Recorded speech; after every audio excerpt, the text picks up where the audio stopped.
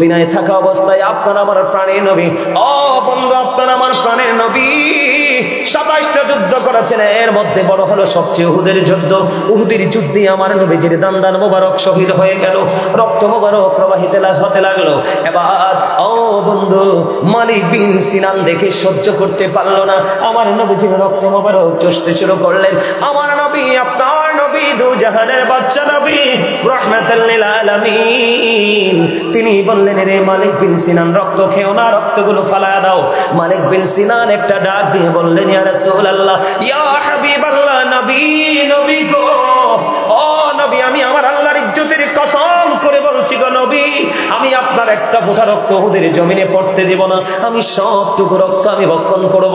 বলতে যেমন খাইতে তেমন খাইতে খাইতে সর্বশেষ প্রাণের নবী রক্ত মোবারক চোষা যখন শেষ হয়ে গেল, আমার নবী যে গোটা পৃথিবীর উম্মত গুলোকে মেসেজটা জানিয়ে দিলেন, দুনিয়ায় যদি তোমরা কোনো জান্নাতি মানুষ দেখতে চাও তাহলে মালিক বিন সিনানকে দেখে না। রক্ত খাওয়ার কথা কোরআনে আসেনি? আছে? কেউ কইছে নাই? আছে? কথা বলেন, আছে? নাই। কিন্তু ওই যে প্রেমের বলছি, যে প্রেমের কোনো দলিল লাগে না। কি লাগে না? দলিল লাগে না। প্রেমের কোনো দলিল লাগে না, প্রেমের কোনো দলিল হয় না। প্রেম এটা এত বড় একটা জিনিস বন্ধু, ছোট্ট হৃদয়ে থাকে গোটা পৃথিবী এবং পৃথিবীর মধ্যে যা আছে সব কিছুর চাইতেও বড়, ঠিক কিনা? আপনি কি মনে করছেন আপনাকে আল্লাহ জবান দিয়েছে কি করার জন্য? কথা বলার জন্য? আরে খোদারে, কই যাইতা? আল্লাহ কথা বলার জন্য দেয়নি। আল্লাহ রাব্বুল আলামিন বলেছেন, remember me then I will remember you. Allah বলেছেন, ফাযকুরুনি আযকুরুকুম। আল্লাহ বলেছেন, তোমরা আমাকে স্মরণ করো, আমি তোমাদেরকে স্মরণ করব। তাতে বোঝা যায় আল্লাহর জিকির করার জন্য আপনার জবান দিয়েছে। আরো জোরে আল্লাহ বলেছেন, কি বলবো? কথা বলে না কেন? বলেন, জিকিরটা কেমনে করবেন? ইয়া আইয়ুহাল্লাযীনা আমানু যিকুরুল্লাহা যিকরান কাসীরা ওয়াসাব্বিহুহু বুকরাতাও ওয়াসীলা।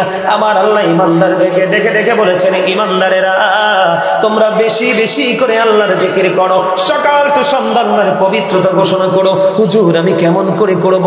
ফাযকুরুল্লাহা কিয়ামান, দাঁড়িয়ে দাঁড়িয়ে জিকির করো, ও কুউদান, বসে বসে জিকির করো, ওয়া আলা যুনুবিকুম, শুয়ে শুয়ে জিকির করো, জোরে জোরে বল সুবহানাল্লাহ।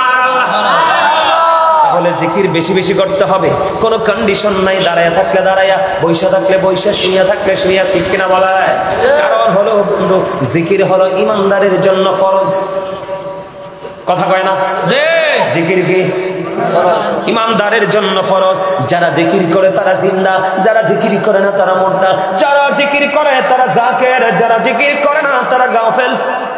নাউজুবিল্লাহ বলেন। ওই যে বললাম, নবীর প্রেম হলো মুক্তির রাস্তা। আমি আপনাদের সামনে এই রাস্তাটা একটু তুলে ধরতে চাই বন্ধু, কেমন ভাবে জিকির করবেন। জাস্ট এক্সাম্পল, আমি এইটুকু সময়ের মধ্যে নেগেটিভ সাইড নিয়ে পজিটিভ সাইড নিয়ে দুটো টপিকস আপনাদেরকে দিব। আপনারা আমার দিকে তাকান, আমি যত দ্রুত শেষ করার চেষ্টা করব বন্ধু। আমার নবীজি বললেন, তোমরা জিকির করার সময় এমন ভাবে জিকির করো, মানুষ দেখলে যেন তোমাদেরকে পাগল বলে। কি বলে? পাগল বলে। কি বলে? পাগল বলে। আমার নবীজি আরো বলেছেন, আপনারা দেখেন, আমি কথা বলার সময় একটু থুতু এসে আমার হাতে পড়ে রাখেন। আপনারা খেয়াল করছেন কিনা জানি না, একটু হাতে এসে পড়লো। এই যে টিস্যুটা আমি হাতে নিলাম, এটা মুছে ফেললাম, তার মানে টিস্যু হলো ময়লা মোছার উপকরণ। এক্সাম্পল কি? এই মুহূর্তে মুছে ফেলে দিলাম, শিখে রাখেন ফেলেছি কিনা। যদি এখন এই মাইক্রোফোন গুলো অনেক স্মার্ট, যদি খেত হতো, আমি আগে একবার টিস্যু দিয়ে এগুলোকে একটু মুছে নিতাম। বলে, হুজুর, এইটা বলার কারণ কি? নবীজি বললেন, পৃথিবীর বুকে ময়লা পরিষ্কার করার কোনো না কোনো উপকরণ আছে। জাস্ট এক্সাম্পল হলো, এই মুহূর্তে আমার ময়লা দূর করার হলো টিস্যুটা। ঠিক তেমনি ভাবে আপনার আমার প্রাণের নবী হাদিস শরীফ দ্বারা প্রমাণিত। আমার নবীজি বলছে, উম্মত, তোমাদের কলিজার মধ্যে ময়লা জমেছে, টেনশন করো না, মালিকের জিকির করতে থাকো। ওই জিকির তোমার মনের ময়লাগুলো চিরতরে ধুয়ে পরিষ্কার করে দেবে। সুবহানাল্লাহ। কিন্তু আপনি যে মাওলার জিকির করবেন, ওই জিকির করার আগে আপনি আপনার প্রাণের নবীর জিকির করতে হবে। তার কারণ নবীর জিকির করলে ওটা আল্লাহর জিকির হয়ে যায়। নবীর জিকির শব্দটা কি জানেননি? জিকির হলো আরবি শব্দ, বাংলাতে বলা হয় স্মরণ করা, আর ইংলিশ এটাকে বলা হয় রিমেম্বার। কথা কি বুঝে আসে আপনাদের? এবার আসেন মজার হাদিস আমি আপনাদেরকে শোনাই। হযরত আবু হুরায়রা রাদিয়াল্লাহু তাআলা আনহু থেকে হাদিস খানা বর্ণিত। আমি আপনাদেরকে বলছি আজকে বাঁচার জন্য আসছি, বাঁচানোর জন্য আসছি। হযরত আবু হুরায়রা রাদিয়াল্লাহু তাআলা আনহু থেকে হাদিস খানা বর্ণিত। ও বন্ধু আমার নবী, আপনার নবী দো জাহানের বাদশা নবী, ইমামুল মুরসালিন রাহমাতাল লিল আলামিন, প্রাণের নবী, তিনি বলে দিয়েছেন ওই লাল সাদা টুপি, তোমার মনে এত কথা থেকে আসে আরেকটা টুপি ছাড়া, একটা লাল সাদা টুপিওয়ালা সোক্কা এখন কিন্তু দাঁড় করামো আমি। এই দুইটারে ডিস্টার্ব আমি দেখতে পাইতেছি। এখানে তো তোমরা আরামে বসছো, তোমরা কি শয়তানি চুলকায় নাকি? এই যে দেখো এখানে কত ছেলেরা কত অনেস্ট, দাঁড়ায় দাঁড়ায় আলোচনা শুনে, একটার জবানে কোনো কথা নাই। তোমরা দুজনের মধ্যে প্রেমের আলাপ থাকলে বাড়ি গিয়ে করবা, অথবা আমি চলে গেলে বা গেফে করে ফেলবা। কিন্তু এখানে যদি বলো, আবারও বলছি, আমি হাদিস বলতেছি আর তুমি কথা বলো, এটা বেয়াদবি ছাড়া কিছুই নয়। কারণ জবান আমার, আমাকে তুমি পছন্দ নাই করতে পারো, কিন্তু বক্তব্য তো আমার না, বক্তব্য প্রাণের নবী দো জাহানের বাদশা। কথা কয় না কেন? আরো জোরে। মজার জিনিস দেখেন, আমি আপনাদেরকে বাঁচার যে রাস্তাটা, আমার নবীজি বলেছে, বান্দা আল্লাহকে যেমন মনে করে ঠিক আল্লাহর বান্দার কাছে বান্দা ঠিক তেমন, অথবা বান্দার কাছে আল্লাহ ঠিক। আপনি যেমন মনে করবেন আল্লাহকে, ঠিক আল্লাহ আপনার সাথে তেমন ব্যবহার করবে। বলে হুজুর প্রমাণ চাই, এক্সাম্পল দেন। আপনার আমার প্রাণে নবী বলেছে, আপনারা যারা আজকে এসেছেন বন্ধু, আমি আপনাদেরকে বড় বেরি লাকি আপনারা। বলে হুজুর কেন কেন কেন? যুবক ভাইরা তোমরা শোনো, দুনিয়ার কাজের ফাঁকে ফাঁকে তোমরা আল্লাহ রাসূলের গোলামি করবে, তাহলে তোমরা হবে দুনিয়া এবং আখিরাতে ভেরি ইন্টেলিজেন্ট পারসন। কথা বলে না কেন? তুমি ঘুমের সময় ঘুমাবে, খাওয়ার সময় খাবে, খেলার সময় খেলবে, বন্ধুদের সাথে আড্ডা দেওয়ার সময় আড্ডা দিবে, কিন্তু দৈনিক বেশি না পারলে 5 ওয়াক্ত নামাজ পড়তে বেশি সময় লাগে না। তুমি গেফে গেফে একটু করে নিবে, আমার আল্লাহর কাছে দুনিয়ার কাছে তুমি দুবাই জাহানে প্রিয় হয়ে যাবে। জোরে জোরে সুবহানাল্লাহ। এক্সাম্পল আমার নবী বলেছেন, এই হাদিসটা অনেক লম্বা। শুরুটা হলো নবীজি বলছেন, বান্দা আল্লাহকে যেমন মনে করে আল্লাহ ঠিক বান্দার কাছে তেমন। বলে হুজুর কেমন? আমার আল্লাহ রাসূল জানিয়েছে, কেউ যদি জিকির করতে করতে আল্লাহর দিকে 1 বিঘা পরিমাণে এগিয়ে আসে, আমার আল্লাহ বলেছে, হাবিব আপনি জানিয়ে দেন, আমি আল্লাহ আমার ওই বান্দার দিকে 1 গজ আগায় আসি। সুবহান। আরে বুখারী শরীফের হাদিস, হাদিসের রাবী হলো আবু হুরায়রা। কি মজা দেখেন, আমার আল্লাহ ডেকে বলে, হাবিব আপনি জানিয়ে দেন, আমি আল্লাহ কথা দিলাম, কেউ যদি আল্লাহর জিকির করতে করতে আল্লাহর দিকে 1 বিঘা পরিমাণে গিয়ে যায়, আমার আল্লাহ কথা দিয়েছে, হাবিব আপনি জানায়া দেন, আমি আমার ওই বান্দার দিকে 1 গজ পরিমাণে গিয়ে আসি। তার মানে আপনি 1 বিঘা গেলে আমার আল্লাহ 1 গজ আসে। এবার আমার নবীজিকে আমার আল্লাহ বললেন, নবীজি হাদিস শরীফ দ্বারা জানিয়ে দিলেন, ও পৃথিবীর উম্মত, ও বন্ধু, ওই জায়গার নাম কি? আলিপুর। কথা কয় না কেন? আলিপুর পূর্ব পাড়া। ও আমার যুবক বন্ধু, আমার ভাই, আমার বাবা, আমি আমার মা, আমি আমার বোনদেরকে ডেকে ডেকে বলবো, এই হাদিস সবার জন্য প্রযোজ্য। প্রাপ্তবয়স্ক যারা 7 থেকে 10 বছর পর থেকে বন্ধু, সবার জন্য প্রযোজ্য। হৃদয় খুলে শোনো, সারা জীবন পৃথিবী নিয়ে ব্যস্ত ছিলে, আমার আল্লাহ বলেছে, উম্মত বান্দা সাবধান হও, ওয়ামাল হায়াতুদ দুনিয়া ইল্লা মাতাউল গুরুর। সূরা আলে ইমরান 185 নম্বর আয়াতের শেষ অংশে আল্লাহ বলে দিয়েছে, এই দুনিয়ার জীবন, এই পৃথিবীর জীবন, এই পার্থিব জীবন একটা ধোঁকা। কে বলেছে? আল্লাহ। এই ধোঁকার মধ্যে থেকে তোমরা অর্থ উপার্জন করছো। এখান থেকে আমি যাব কোরআন শরীফের 19 পারা সূরা শুআরা 88 নম্বর আয়াতে আমার আল্লাহ বলে দিয়েছেন, ইয়াউমা লা ইয়ানফাউ মালু ওয়ালা বানুন। তুমি কি হাফেজ? আয়াত আসেনি? এটা আছে, আমার দিকে তাকাইয়া কও। জি আসেনি? আছে। কারণ হাফেজ সাহেব আমার পাশে আছে, আমার চেয়ে ভালো কোরআন পড়ে। কেন বলছি ভাই তুমি তাদের দিকে তাকাইয়া বলো? কারণ বাংলাদেশের মুসলমান ম্যাক্সিমামই ক্যারেক্টারলেস। আমার কথা কয় না? যদি হুজুরের ওয়াজ যদি তার এগেইনস্টে চলে যায়, মিম্বার থেকে নামায়া দেয়। যদি ইমামের হুজুরের ওয়াজ যদি, কিন্তু ওয়াজ তো হুজুরের না, কোন হুজুরের বাবার ক্ষমতা নাই মন করা ওয়াজ করার। কোন ওয়াজ যদি ইমাম সাহেব বন্ধু, মসজিদের সভাপতি, সেক্রেটারি, মুতাওয়াল্লি, ক্যাশিয়ার অথবা আদার্স কোন পারসন এগেইনস্টে যদি যায়, ইমাম সাহেবকে না নামাইতে পারলো তার ক্ষতি করে কি করে না? চাচি তোমার নাম কি? আব্দুল মান্নান। আব্দুল মান্নান আমার ছোট ভাই অত্যন্ত মিষ্টি খুব প্রাণ করে জিকির করেছে, এই জন্য তাকে পেয়ে খুশি হলাম, তাকে আমি সাপোর্টার হিসাবে নিলাম। এই কারণে আমার আল্লাহ বলেছে তুমি ধোকার মধ্যে পড়ে টাকা পয়সা বাড়ি গাড়ি ধন দৌলত বানাচ্ছ সন্তানের জন্য। একটা মানুষের জীবনে সবচেয়ে বড় সম্পদ হলো তার সন্তান। আমার আল্লাহ কোরআন শরীফের 19 পারা সূরা শুআরার 88 নম্বর আয়াতে বলে দিয়েছেন, ইয়াউমা লা ইয়ানফাউ মালু ওয়ালা বানুন। আল্লাহ বলে দিয়েছে আপনার ধন সম্পদ সন্তান সন্ততি ওই ফিউচারে একটাও কাজে লাগবে না। তাহলে একদিকে ধোকার মধ্যে আরেক দিকে সবকিছু অকিছু হয়ে যাবে। এই জন্য বলেছি জীবন ভর দুনিয়ার কাজ করেছেন, এখন থেকে নিজের ওপারের বাজার করেন। বাজারটা হলো জিকির, ইমানের পরে তাকওয়া, তাকওয়ার পরে হলো জিকির। বন্ধু আমার আপনার প্রাণের নবী বলেছেন কেউ যদি 1 বিঘা পরিমাণ জিকির করতে করতে আল্লাহর দিকে যায়, আমার আল্লাহ তার দিকে 1 গজ পরিমাণ আগায় আসে। আমার আল্লাহ বলে হাবিব আপনি জানিয়ে দেন কেউ যদি জিকির করতে করতে আল্লাহর দিকে 1 হাত পরিমাণ এগিয়ে যায়, আমার আল্লাহ বলেছে হাবিব আপনি জানিয়ে দেন আমি আমার ওই বান্দার দিকে 2 হাত পরিমাণ এগিয়ে আসি।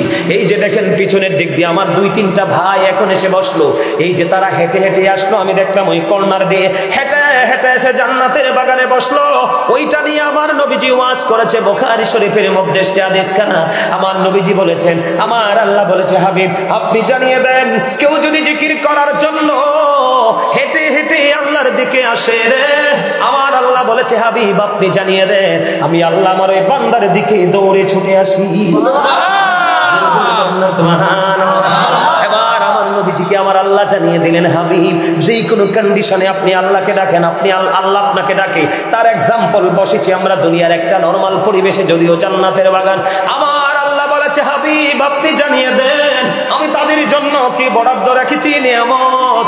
কেউ যদি পৃথিবীর বুকে নরমাল জলসায় বসে মাওলার জিকির করে, আমার আল্লাহ বলে দিয়েছে হাবিব আপনি জানিয়ে দেন তার চাইতে উচ্চম জলসায় আমি তার জিকির করি। আর ধরে কন্যা সুবহানাল্লাহ। তাহলে এটা নবীজি বাঁচার রাস্তা দেখাইলো কিনা? আরো জোরে কন্যা।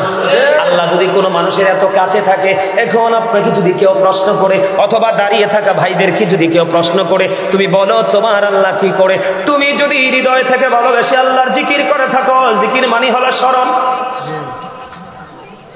তুমি যদি জিকির করে থাকো, তোমাকে যদি কেউ প্রশ্ন করে বলো তো আল্লাহ কি করে, তুমি বলে দিবা আমার আল্লাহ এখন আমার জিকির করে। কারণ আল্লাহ বলেছেন ফাযকুরুনি আযকুরুকুম। জোরে জোরে কন্যা সুবহানাল্লাহ। এবার আমি আপনাদেরকে বলে দেই যে হুজুর জিকিরটা কি বলে। সুবহানাল্লাহ বলা জিকির, আলহামদুলিল্লাহ বলা জিকির, আল্লাহু আকবার বলা জিকির, লা ইলাহা ইল্লাল্লাহ বলা জিকির। কাউকে ভালো কাজের জন্য ডাকা এটাও জিকির, কাউকে মন্দ কাজ থেকে থামিয়ে দেওয়া এটাও জিকির, নামাজে দাঁড়িয়ে আছো ওটাও জিকির, হজে গেছো ওটাও জিকির। হজ হলো জিকিরের জুলুস, কারণ বিভিন্ন জায়গা পরিদর্শন করতে হয়। নামাজ হলো জিকিরের জলসা, কারণ একই জায়গা দাঁড়িয়ে বসে সম্পূর্ণ করতে হয়। ও বন্ধু আজকের জলসা জিকিরের জলসা, এর মধ্যে এক্সাম্পল সবচেয়ে বড় জিকির হলো বন্ধু নামাজ। কি নামাজ? আজকের ছেলেরা নবীকে ভালোবাসে না, রাসূলকে ভালোবাসে না, আলেমদের সাথে প্রেম নাই, এই কারণে তার নামাজ নাই। নামাজ না থাকার কারণে তার চারিত্রিক উন্নতিও নাই, কন্টিনিউ অবনতির দিকেই যায়। কথা কয় না? সূরা আনকাবুতের মধ্যে আমার আল্লাহ বলে দিয়েছেন ইন্নাস সালাতা তানহা আনিল ফাহশাই ওয়াল মুনকার। নামাজ মানুষকে খারাপ কাজ থেকে বাঁচিয়ে রাখে। তুমি তো নামাজ পড়োনি, তুমি বেঈমানকে ফলো করো। কথা কয় না কেন? কাকে ফলো করে? কথা বলে না। কাকে ফলো করে? বেঈমানকে তুমি ফলো করো। আমি এক্সাম্পল দেই যুবক, আমার নবীজি বলেছে কারো বাড়ির আঙ্গিনায় যদি একটা পুকুর বা খাল বা নদী বা জলাশয় যেটাই থাকে, একটা মানুষ যদি দৈনিক 5 বার গোসল করে তার শরীরে কোনো গন্ধ থাকে না, ঠিক তেমনি ভাবে একটা উম্মত যখন 5 ওয়াক্ত নামাজ পড়বে, পোশাকের পবিত্রতা, দেহের পবিত্রতা, আত্মার পবিত্রতা এবং একনিষ্ঠতার সাথে যখন তুমি নামাজ এবং জিকির চালিয়ে দিবে দৈনিক 5 বার, তোমার গুনাহগুলি আমার আল্লাহ মাফ করে দিবে। সুবহানাল্লাহ। আরো জোরে বলেন না সুবহানাল্লাহ। শুধু এখানে একান্ত নয়, আপনাদের আলী গাজীপুরের গাছের পাতা ঝরা শুরু হয়েছে কিনা? কথা কয় না কেন? ঝরা শুরু হয়েছে তো। বলে হুজুর কেন আসলেন? হযরতে আবু যর রাদিয়াল্লাহু তাআলা আনহু থেকে হাদিস কানা বর্ণিত, আমার নবী আপনার নবী তো জাহানের বাদশা নবী শীতের দিনে বের হলেন। বের হওয়ার পরে দেখলেন গাছের পাতা ঝরে ঝরে পড়ছে। নবীজি গাছের ঢাল ধরলেন, ধরার পরে ডাক দিলেন আবু যর। আবু যর উত্তর দিলেন লাব্বাইকা ইয়া রাসূলুল্লাহ। আমার নবীজি বললেন রে আবু যর, তুমি চাইয়া দেখো শীতের কারণে শুষ্ক হয়ে গাছের পাতাগুলো ঝরে ঝরে পড়ে।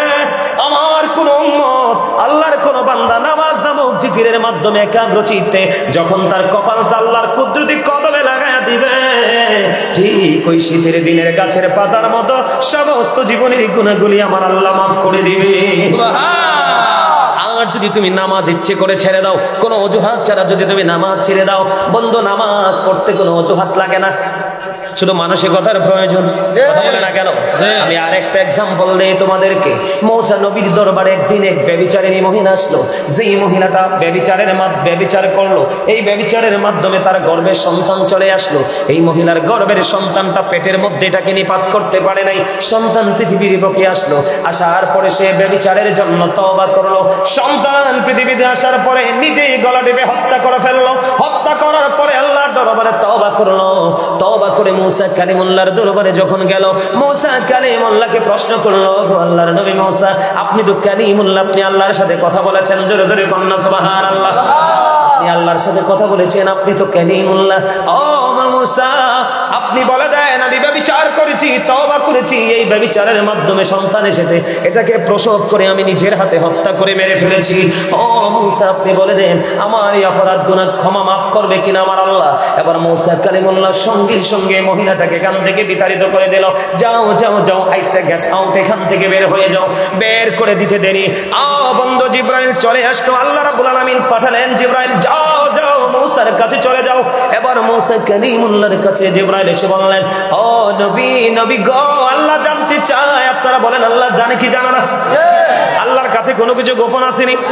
তারপরে আল্লাহ জানতে চেয়েছেন, কারণ আল্লাহ যদি জানতে না চাইতো এই আলোচনা আমরা জানতাম না, আর আমরা যদি না জানতাম তাহলে শিক্ষা অর্জন করতে পারতাম না। এবার মূসাকে বললেন, তাড়িয়ে দিলেন কেন? এটা অনেক বড় জঘন্য পাপ, এই জন্য আমি তাড়িয়ে দিয়েছি। এবার জিবরাইল দেখে দেখে বলে, ও নবী মূসা, আপনি জানেন আমার আল্লাহ খবর জানিয়ে দিয়েছে, যেই ব্যভিচারিণী তওবা করে নেওয়াল মহিলার চাইতে নিকৃষ্ট হলো যে ইচ্ছে করে নামাজ ছেড়ে দেয়। কারণ নামাজ যিনি ছেড়ে দেয় তার চরিত্র ভালো থাকে না, তার ঈমান ঠিক থাকে না, চুরি করে, ডাকাতি করে, অন্যায় অপরাধ, জোর জুলুম, অত্যাচার, ইসলাম বিরোধী যত কাজ আছে সে করে। আর যেই ব্যক্তি সব কিছুকে পবিত্র করে নামাজ পড়ে, জোর করলেও সে কোনো খারাপ কাজে লিপ্ত হয় না। কথা কয় না কেন? তাহলে কি বুঝতে পারলেন? রাসূলকে ভালোবাসতে পারলে আপনার মধ্যে রাসূলের আদর্শ চলে আসবে। আর আদর্শ যখন চলে আসবে এটাকে বাস্তবায়ন করতে থাকবেন। আর বাস্তবায়ন যতই করবেন ততই আমার আল্লাহ আপনার আপন হয়ে যাবে, কাছে আসবে। কথা বলে না? বলে হুজুর ওই যে হাদিসটা বললেন, 1 বিঘা গেলে 1 গজ, 1 হাত গেলে 2 হাত, হাইটটা আসলে দৌড়াইয়া, জলসায় বসলে তার চাই উত্তম জলসায়। তার মানে হলো আপনারা স্বপ্ন নিয়েছেন আল্লাহকে, আল্লাহ আজকে জীবনের গুনাহগুলি তুমি মাফ করে দিও। কত মানুষ আজকে এখানে উপস্থিত হবে, যাকে তোমার পছন্দ হয় তার উসিলায় আমাকে তুমি কবুল করে নিও। বন্ধু, আপনি যখন এই কল্পনা করি হৃদয় থেকে প্রেমের আবেগ নিয়ে যখন আল্লাহর কাছে চিঠি লিখতে থাকবেন, হৃদয়ের কলম দিয়ে, হাতের কলম না, কিসের কলম? হৃদয়ের কলম দিয়ে লিখতে থাকবেন। আপনি লিখতে থাকবেন, আপনি শব্দ দেখতে দেখতে দেখবেন আল্লাহ আপন হয়ে গেছে। হুজুর তার এক্সাম্পল কি? আপনি এক্সাম্পল হলো, এই প্র্যাকটিক্যালি এক্সাম্পল হলো আপনার আত্মার মধ্যে আসবে প্রশান্তি, চোখ দিয়ে চলে আসবে পানি। ও বন্ধু, নেক্সট ডে, প্রতিদিন এরপর থেকে আপনি অন্যরা যেটা পারেন আপনি সেটা করতে পারবেন। অন্য মানুষ দোয়া করছে, আল্লাহ দোয়া কবুল করে না। আপনি ডাকটা দিতে দেরি, আমার আল্লাহ ডাক শুনতে দেরি করবে না। কারণ আল্লাহ যাদের আপন হয়ে যায় তাদের হাত হয়ে যায় আল্লাহর কুদরতি হাত, চোখ হয়ে যায় আল্লাহর কুদরতি চোখ, কান হয়ে যায় আল্লাহর কুদরতি কান, পা হয়ে যায় আল্লাহর কুদরতি পা। সব তার আল্লাহ প্রদত্ত নূরের জ্যোতিতে বিরাজ করে। চাইতে দেরি, আসতে দেরি হয় না। সুবহানাল্লাহ।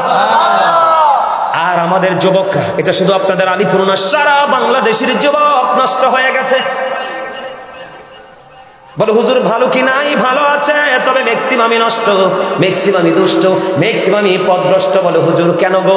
এখন কিন্তু আমরা ছেলেরা ইসলামের রং লাগায় না। রং লাগায় কিসের? বেঈমানদের। কার? বেঈমানদের। কথা কয় না কেন? আরো জোরে। আমার চুলগুলো ছোট কিনা দেখেন তো পিছন দিয়া, ছোট কিনা। গত পরশুদিন সেলুনে গেছি, যাওয়ার পরে চাইয়া দেখলাম সব বেঈমান কাফেরের ছবি, এখান থেকে ডিজাইন চয়েস করো। নাউজুবিল্লাহ কয় না? এগুলা কি ইমানদার না বেঈমান? বেঈমান। আরো জোরে। ও বেঈমান সম্পর্কে আল্লাহ ওয়াজ করতেছে, উইদ্দাত লিল কাফিরিন, বেঈমানদের জন্য বরাদ্দ হলো জাহান্নাম। আল্লাহ রাব্বুল আলামিন বলেছে you have to go to hell, তোমাদেরকে চলে যেতে হবে জাহান্নামে। ওরা কারা? ওরা বেঈমান, অনন্তকাল জাহান্নামে থাকবে, তাদের কোনো